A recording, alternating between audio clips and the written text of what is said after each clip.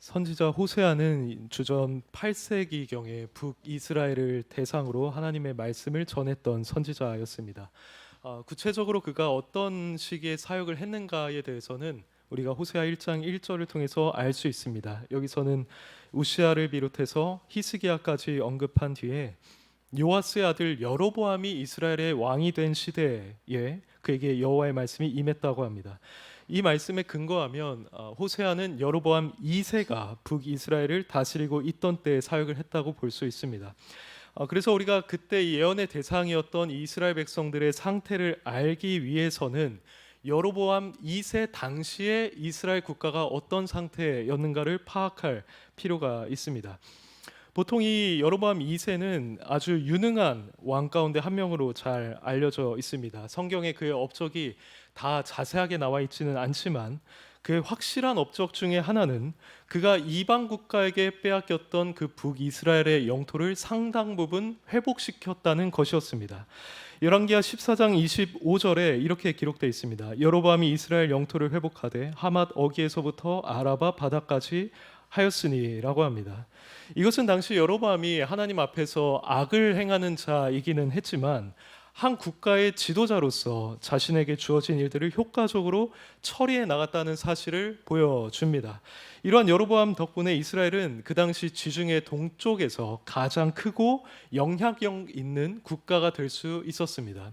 그런데 이것은 이스라엘 백성들에게 영적인 유익을 주지는 못했습니다. 왜냐하면 이 여로보암의 지도하에 그들이 얻게 되었던 풍요와 번영은 향락과 나태와 교만의 죄악으로 이어졌기 때문입니다. 그들은 부를 즐겼고 빈부격차가 늘어나면서 약자를 수탈하는 등의 불의한 일들을 자행했습니다.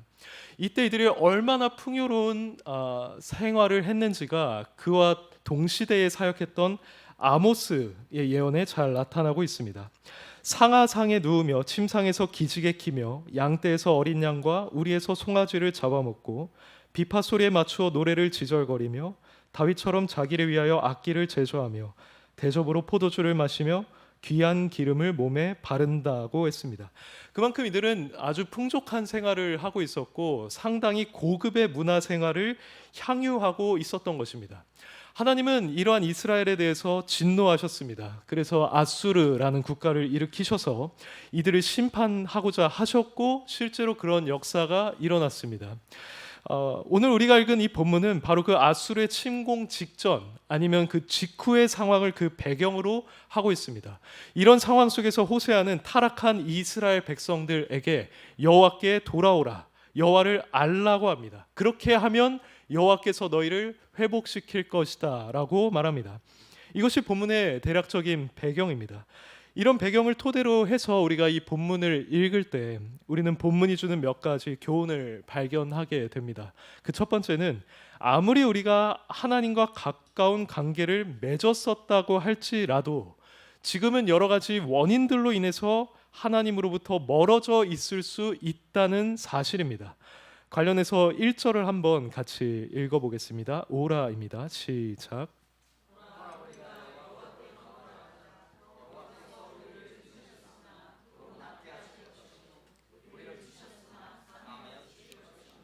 네.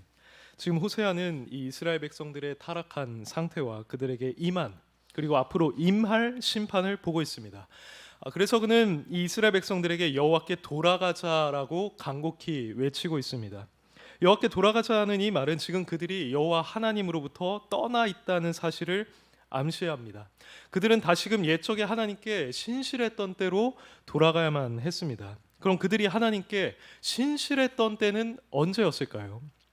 그때는 바로 그들이 애굽 땅에서 종살이하다가 하나님의 능력으로 출애굽했던 때, 그리고 시내산에서 하나님과 언약을 맺었던 때였습니다. 이스라엘 백성들이 비록 이 광야에서 여러 가지 죄악을 범하기는 했지만 그들이 광야에서 하나님만 의지하고 따라갔던 모습, 그리고 시내산에서 우리가 여호와의 말씀을 준행하겠습니다라고 고백하며 다짐했던 모습은 분명히 아름다운 모습이었습니다. 이것은 마치 한 남자와 여자가 혼인 예식을 하는 모습과도 같았습니다. 그래서 하나님은 예레미야 2장 2절에서 이렇게 표현했습니다. 내 청년 때의 인애와 내 신혼 때의 사랑을 기억하노니 곧 씨 뿌리지 못하는 땅 그 광야에서 나를 따랐음이니라고 하셨습니다. 실로 하나님께서 보시기에 이 이스라엘 백성들은 당시의 아름다운 이 신부의 모습과도 같았던 것입니다.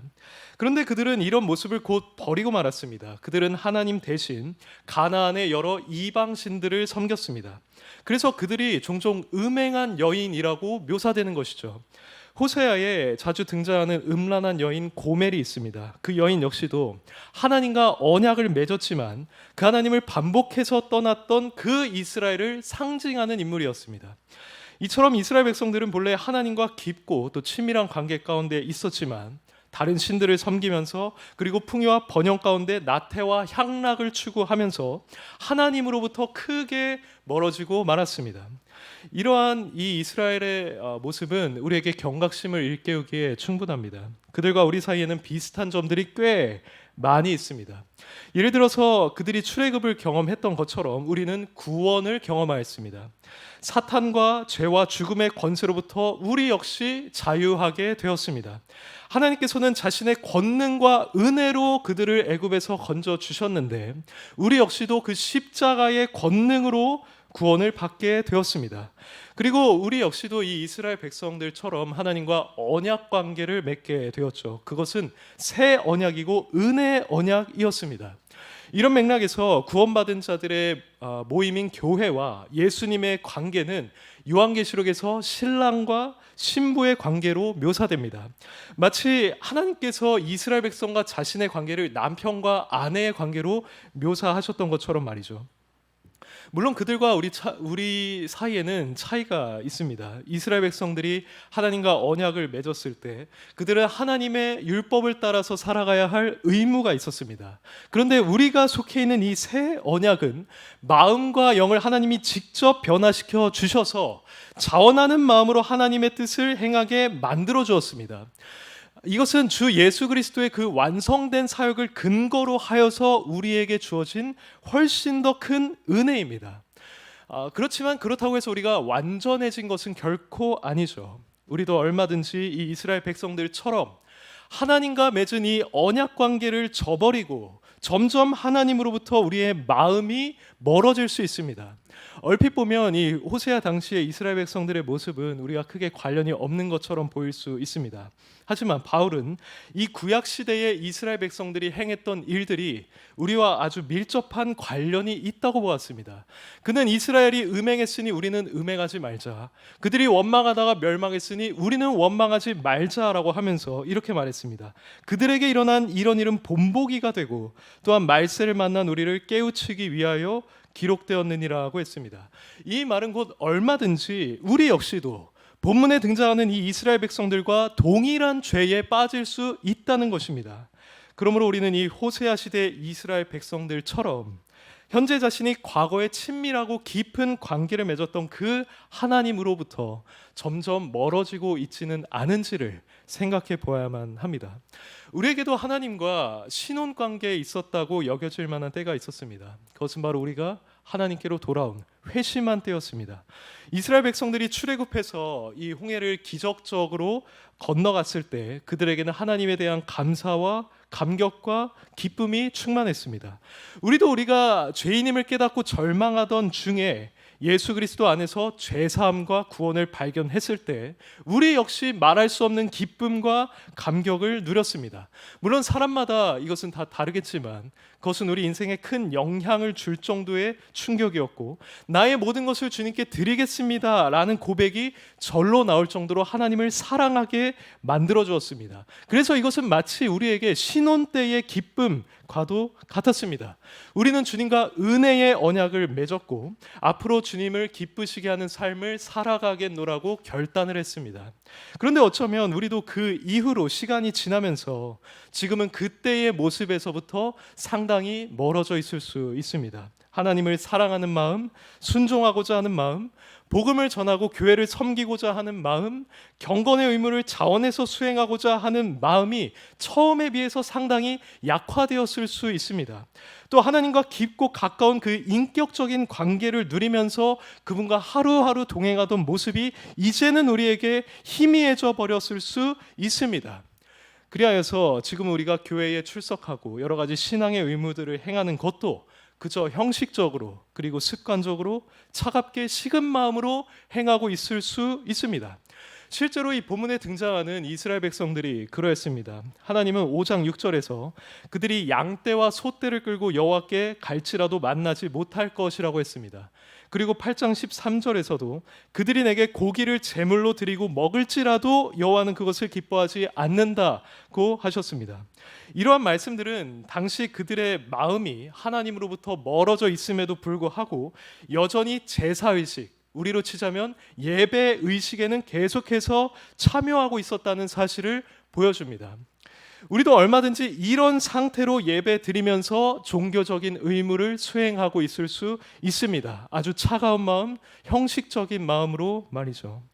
만일 우리가 그런 상태에 있다고 한다면 그 원인은 무엇일까요?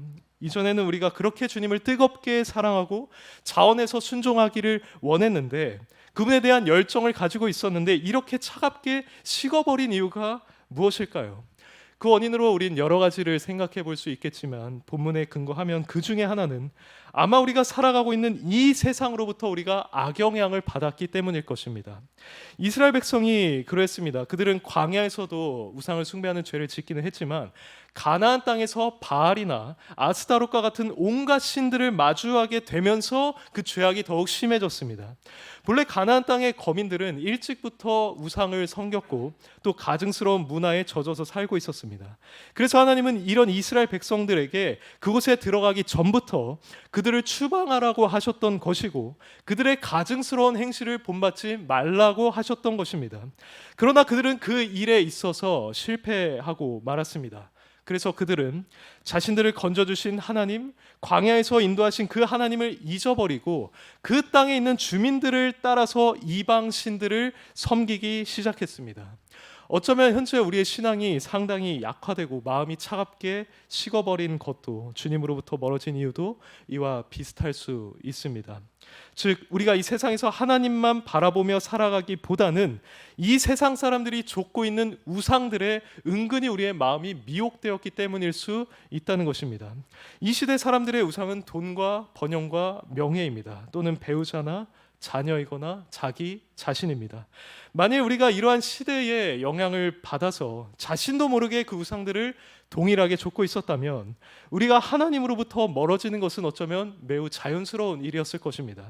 그리고 또 다른 원인은 아마도 우리에게 주어진 이 풍족한 삶 그리고 평안한 삶에 있을 수 있습니다. 다시금 호세아가 말씀을 전했던 이 시대를 생각해 보시길 바랍니다. 호세아는 여로보암 2세 때 예언을 했었고 그 시기는 어느 때보다도 이스라엘이 강력해지고 부유해진 때였습니다. 그들에게는 모든 것이 풍족했을 것이고 부족함이라는 것이 없었을 것입니다. 이러한 상황은 그들로 하여금 교만해지고 안일해져서 하나님을 찾지 않게 만들었습니다. 그런데 여기서 우리가 주목해야 할 점은 이 이스라엘이 누렸던 번영이 오늘날 우리가 누리고 있는 번영과 너무나도 유사하다는 것입니다. 학자들은 그때 당시에 이스라엘 백성들이 누렸던 풍요는 다윗과 솔로몬 이후 가장 큰 풍요였을 것이라고 말했습니다. 그런데 우리 역시도 지금 역사상 가장 풍요로운 시대를 살아가고 있지 않습니까? 우리는 먹을 것과 마실 것에 있어서 웬만하면 부족함을 느끼지 않습니다. 우리에게는 좋은 전자기기가 있고 안락한 집이 있습니다. 우리는 필수적인 물품들보다 그 이상의 것을 가지고 있고 여행을 다니고 영화를 보고 듣고 싶은 음악을 듣는 등 우리 역시도 최고급의 문화생활을 향유하고 있습니다. 물론 이러한 것을 우리가 누리는 건 적절하게 누리는 것은 문제가 아닐 것입니다. 그러나 우리는 이렇게 풍요로운 삶이 우리로 하여금 하나님으로부터 멀어지게 하는 경향이 있다는 사실을 우리는 잊지 말아야 합니다. 하나님이 우리에게 이런 것을 허락해 주셨는데 우리가 의도하든 그렇지 않든 우리의 타고난 죄성은 문제가 있을 때는 하나님을 찾지만 문제가 없고 이렇게 모든 것이 풍요로울 때는 하나님을 찾지 않게 합니다. 그리고 우리는 그런 상태에 만족하고 전혀 아쉬워하지 않습니다. 그래서 점점 하나님에 대한 신실한 마음은 식어가고 우리의 영혼은 메말라 가도 당장 발생하는 문제나 부족함이 없다 보니 하나님께 나아갈 필요를 느끼지 못합니다. 그러면서도 이 이스라엘 백성들처럼 형식적인 종교 생활은 유지하는 것입니다. 이전처럼 하나님을 진실되게 찾고 하나님을 기쁘시게 하려고 분투하는 모습은 우리에게 보이지 않습니다. 이것이 바로 아주 풍요로운 시대에 우리가 빠지기 쉬운 영적 상태인 것입니다. 그러므로 우리는 이 이스라엘 백성들을 보면서 진지하게 자신을 돌아보아야만 합니다. 과연 우리는 그 신혼 때의 사랑을 지금도 유지하고 있습니까? 하나님을 향해 가졌던 사랑, 감사와 감격의 마음, 기꺼이 헌신하고 순종하고자 했던 마음, 그분의 영광을 향한 열정은 지금 어디에 있습니까? 혹 우리도 이 세상 문화에 그들이 섬기는 우상에 미혹되어서 은근히 그것을 따라가고 있지는 않습니까?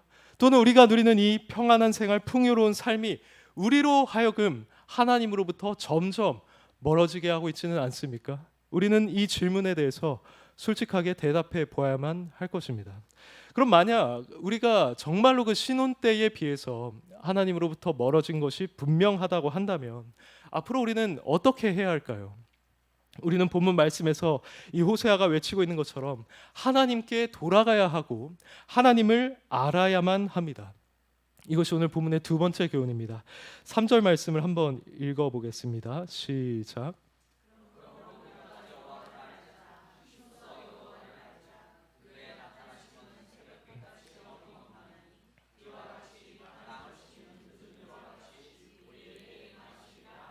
아멘. 본문 1절에는 이 초청과 약속이 동시에 나오고 있습니다. 여호와께로 돌아가자, 그리하면 우리를 낫게 하실 것이다 라고 합니다. 근데 이 구조가 방금 읽은 이 3절에서도 동일하게 나타납니다. 여호와를 알자, 그리하면 그가 나타나셔서 우리에게 임하실 것이다 라고 합니다. 그러므로 우리는 이 1절과 3절에 나타나는 호세아의 초청을 사실상 같은 의미로 이해할 수 있습니다. 즉 여호와께 돌아가자라는 말은 여호와를 알자는 말과 크게 다르지 않은 것입니다. 그럼 여기서 여호와를 아는 것이란 과연 무슨 뜻입니까? 분명 단순히 하나님을 지적으로 알라는 뜻은 아닐 겁니다. 왜냐하면 그들은 분명 하나님을 그런 식으로 인식하고 있었고 그래서 제사도 드리려고 했었기 때문입니다. 그러므로 여기서 여호와를 알자라고 하는 것은 그보다 더욱더 심오한 의미입니다. 정확하게 그 말은 하나님과의 언약 안에서 맺었던 그 친밀하고 인격적인 관계로 돌아가자라는 뜻인 것입니다. 여기서 알자로 번역된 이 히브리어 단어는 야다입니다. 야다는 일반적으로 know, 안다를 표시하기도 하지만 누군가와 깊고 친밀한 관계를 맺는다는 의미도 지니고 있습니다. 대표적으로 창세기 4장 1절에 아담이 그의 아내 하와와 동침하매라고 되어 있는데 원문을 보시면 아담이 그의 아내 하와를 알았다라고 되어 있습니다.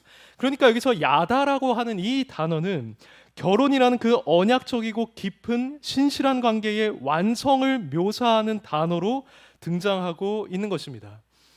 호세아에서는 주로 이 알다라는 단어 그리고 하나님에 대한 지식이라는 단어가 자주 등장을 하는데 우리는 이 말이 등장할 때마다 바로 이러한 의미로 이해할 수 있어야 합니다. 4장 1절에 이 땅의 진실도 인애도 하나님을 아는 지식도 없다고 합니다. 이것은 그들이 하나님을 아예 몰랐다는 것이 아니라 그들이 하나님을 언약적인 관계 안에서 그리고 깊고 친밀한 관계 안에서 대하고 있지 않다는 뜻입니다. 그리고 13장 4절에서도 나는 내 하나님 여호와라 나밖에 내가 다른 신을 알지 말 것이라고 했습니다. 여기서도 다른 신에 대한 정보를 얻지 말라는 뜻이 아니라 마치 그들과 언약을 맺은 것처럼 깊은 관계를 맺지 말라는 것입니다. 이런 맥락에서 보자면 본문에서 호세아가 이 이스라엘 백성들에게 여호와께 돌아가자라고 하면서 여호와를 알자라고 하는 것은 단순히 그분에 대한 지식을 더하자, 그분이 어떤 분인지를 더 알아가자라는 뜻이 아닙니다. 그보다는 다시금 그분과의 인격적이고 친밀한 언약의 관계, 그래서 한결같이 사랑하고 충성하는 그 관계를 회복하자라는 뜻인 것입니다. 하나님께서는 그들의 형식적인 제사를 원하지 않으셨고 바로 이러한 관계가 회복되기를 원하셨습니다.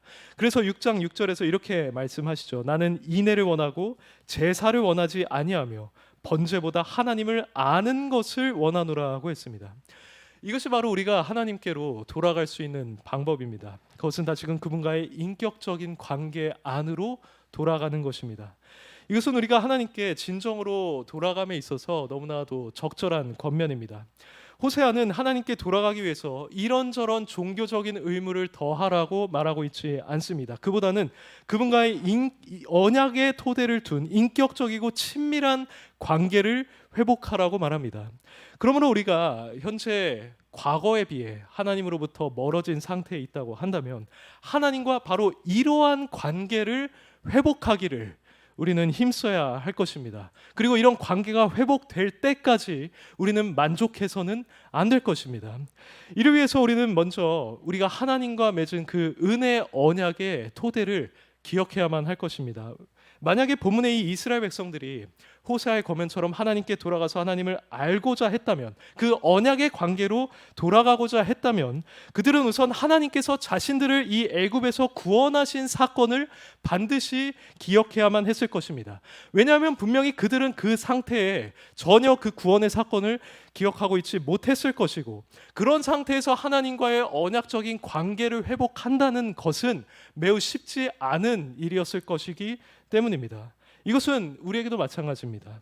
우리도 그분과의 언약적인 관계, 깊고 친밀하며 신실한 그 관계로 우리가 돌아가기 위해서는 바로 우리가 그 추악한 죄악과 지옥이라는 비참한 운명으로부터 구원을 받았다는 이 사실을 우리는 기억해야만 합니다.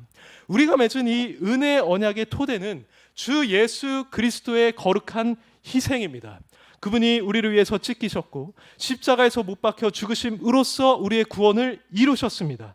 그리고 우리를 복음으로 부르사 성령의 거룩하게 하심과 그 진리를 믿음으로 받아들이게 하심으로써 우리를 하나님의 백성 삼아 주셨습니다. 그래서 우리에게는 영원한 위로가 있게 되었고 성경의 표현에 따르면 좋은 소망을 갖게 되었습니다. 이 좋은 소망이라는 것은 이 세상의 헛된 소망과는 달리 거룩한 소망이고 진리에 속한 소망이며 확실하고 영원한 소망입니다. 이 모든 것이 다 우리가 하나님과 맺게 된 그 은혜 언약 안에서 우리에게 주어졌는데 예수 그리스도야말로 이 은혜 언약의 토대가 되십니다. 모든 것이 그분의 죽음으로 인해서 우리에게 가능해진 것이기 때문이죠. 그러므로 우리가 하나님과의 언약적인 관계, 그것을 신실하게 유지하기 위해서는 반드시 주 예수 그리스도를 바라볼 수 있어야만 합니다. 하나님께서 이스라엘 백성을 애굽에서 건져주신 것처럼 우리 역시도 죄와 사망과 마귀와 그 지옥의 권세에서 건지셨다라고 하는 이 은혜를 기억해야만 합니다. 우리가 이것을 잊지 않고 때마다 이 복음의 은혜를 기억하면서 자주자주 묵상하면서 나아갈 때 성령께서는 바로 그것을 사용하셔서 우리로 하여금 하나님과의 그 신실하고 인격적인 관계를 회복하게 하여 주실 것입니다. 이것이 하나님과의 언약적인 관계를 회복하는 첫 단계입니다. 그리고 나서 우리는 실제적으로 우리의 죄악들을 버리고 하나님을 찾아야 합니다. 앞서 말씀드린 것처럼 우리가 하나님으로부터 지금 멀어져 있다는 것은 일정 부분 우리가 죄의 영향을 받고 있다는 사실을 의미합니다. 우리는 이 세상의 영향 때문에 하나님 외에 다른 것에 마음이 빼앗겨서 그것을 열렬히 좇고 있을 수 있습니다. 아니면 풍요롭고 만족스러운 이 삶 때문에 하나님에 대한 무관심과 안일함과 영적 게으름에 우리가 빠져 있을 수 있습니다. 우리는 그러한 것들을 과감하게 단절해야만 합니다. 그리고 나서 영적으로 하나님께 나아가서 실제로 하나님을 찾아야만 합니다. 하나님이 과거에는 존재했을지 모르지만 이 21세기에는 존재하지 않는다는 망령된 생각을 우리는 버려야 합니다. 그분은 여전히 살아계시고 세상을 주관하고 계시고 우리의 삶을 다스리고 계시며 지금도 우리와 동행하고 계십니다. 그분은 우리와 생각보다 훨씬 더 가까이에 있기 때문에 우리가 그분을 찾으면 그분은 언제든지 우리를 만나 주실 것입니다. 그래서 예레미야 이런 약속도 있죠. 너희가 온 마음으로 나를 구하고 나를 찾으면 나를 만나리라고 하십니다. 우리가 이 약속을 토대로 해서 하나님을 찾고 살아계신 하나님을 만나서 그분의 역사를 체험하게 될 때 우리는 그때서야 그분과의 인격적이고 신실한 관계, 깊고 친밀한 관계를 회복하게 될 수 있다는 것입니다. 이러한 약속은 오늘 본문에서도 주어지고 있습니다. 호세아는 우리가 여호와를 알자, 힘써 여호와를 알자라고 한 뒤에 그의 나타나심은 새벽빛같이 어김이 없다라고 합니다. 우리는 밤이 지나면 새벽이 온다는 것, 해가 뜬다는 것을 잘 알고 있습니다. 우리가 보기에 그것은 항상 그리고 반드시 일어나는 일입니다. 그런데 지금 여기서 호세아는 우리가 하나님을 찾을 때 하나님이 우리를 만나 주실 것도 그만큼 확실하다는 것을 말해주고 있습니다. 그러니까 밤이 지나면 새벽이 오는 것이 확실하듯이 우리가 하나님께 나아갈 때 그의 나타나심을 우리에게 보이시리라는 이 사실도 항상 일어날 일이고 반드시 일어날 일이라는 것입니다. 여기서 드러나는 이 하나님의 신실하신 사랑을 한번 생각해 보시길 바랍니다. 그분은 우리가 아무리 그분으로부터 멀어져 있었다고 할지라도 우리가 그분께 돌아가기만 하면 즉시로 나타나 주는 분이십니다. 마치 탕자를 기쁨으로 맞이했던 그 아버지처럼 말이죠. 그러니 우리는 얼마나 오랫동안 또는 얼마나 멀리 하나님으로부터 멀어졌는지와는 상관없이 이러한 하나님의 신실하심을 믿으며 다시금 그분 앞에 나아갈 수 있습니다. 그렇게 할 때 하나님은 실제로 우리를 만나 주실 것이고 그렇게 실제로 우리를 만나 주실 때 우리의 영혼에 필요한 은혜들을 그분은 풍성하게 부어 주실 것입니다. 본문에서 호세아는 그의 나타나심은 새벽빛같이 어김이 없나니라고 한 뒤에 비와 같이 땅을 적시는 늦은 비와 같이 우리에게 임하시리라고 합니다. 여기서 말하는 비는 보통 12월에서 2월 사이에 내렸던 겨울비를 가리키는 말이고 늦은 비라는 것은 3, 4월에 내리는 봄비를 가리키는 말입니다. 학자들은 이 겨울비와 봄비 모두가 농사에 있어서 매우 중요하다고 합니다. 이것이 파종하고 또 곡식이 익는 과정에서 아주 필수적인 것이라는 말을 하고 있습니다. 그런데 하나님께서는 바로 이 겨울비와 봄비처럼 그분을 찾는 우리에게 임하시리라고 합니다. 이것은 우리가 그분을 찾을 때 그분이 우리에게 나타나실 뿐만 아니라 직접 우리를 향해 오셔서 우리에게 필요한 모든 영적인 은혜들을 아낌없이 부어주신다는 것입니다. 어떤 의미에서 첫사랑을 잃고 지금 하나님으로부터 멀어진 우리의 마음은 마치 메마른 땅과도 같습니다. 하지만 하나님께서 오셔서 우리에게 필요한 은혜를 풍족하게 그리고 흡족하게 부어주실 때 이러한 우리의 마음은 살아나게 될 것입니다. 다시금 풍성한 생명력을 얻게 될 것입니다. 마치 그 땅이 촉촉해지고 지력을 회복하는 것처럼 말입니다. 그래서 우리가 이전에 품었던 하나님을 사랑하는 마음, 그분께 순종하고자 헌신하고자 했던 마음, 구원의 기쁨들, 하나님의 영광을 향한 그 열정들을 우리는 다시금 갖게 될 것입니다. 그리하여서 결국에는 그분과 인격적인 관계, 언약 안에서 깊고 친밀하며 한결같이 그분을 사랑하고 충성하는 바로 그 관계를 우리는 그분의 은혜로 회복하게 될 것입니다. 그러므로 사랑하는 성도 여러분, 혹 현재 하나님으로부터 다소간 멀어진 상태 가운데 계시다면 그분께서 예비하고 계신 이 풍성한 은혜를 바라보면서 하나님께 나아가시기를 바랍니다. 기도와 말씀과 예배로 그분을 찾으시기를 바랍니다. 그럼 그분은 새벽빛같이 어김없이 나타나셔서 우리를 만나 주실 것입니다. 그리고 우리에게 오셔서 겨울비와 봄비처럼 우리에게 필요한 모든 생명력을 그분의 은혜로 가득히 부어 주실 것입니다. 그렇게 될 때 우리는 진정한 의미에서 여호와께로 돌아가게 될 것이고 진정한 의미에서 여호와를 알게 될 것입니다. 이러한 우리 모두에게 있기를 간절히 소망합니다.